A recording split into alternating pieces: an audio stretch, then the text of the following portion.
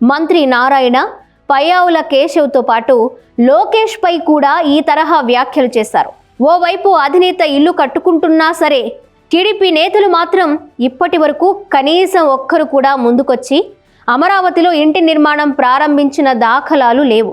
భవిష్యత్తులో కోట్ల విలువ చేస్తుందని ఇప్పటికే టీడీపీ నేతలు చెప్తున్నారు. మరి అలాంటి చోట ఎందుకు సొంతిల్లు కట్టుకోవడం లేదనేది ఇప్పుడు మెయిన్ పాయింట్. చివరికి రాజధాని ప్రాంతమైన తాడికొండ నియోజకవర్గం ఎమ్మెల్యే తెనాలి శ్రావణ్ కుమార్ కూడా రాజధాని ప్రాంతంలో సొంతిల్లు లేదు.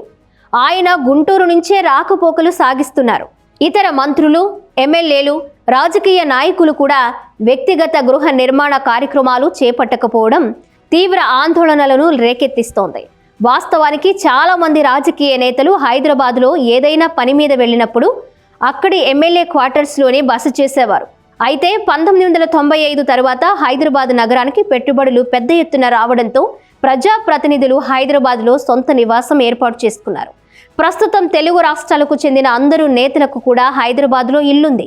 హైదరాబాద్ కేంద్రంగా వ్యాపారాలు చేస్తున్నారు. దీంతో ప్రతి ఒక్కరూ ప్రతి వారం హైదరాబాద్ వెళ్ళొస్తూనే ఉన్నారు. ఇంకా చెప్పాలంటే వీకెండ్ టూర్లు వేస్తున్నారు.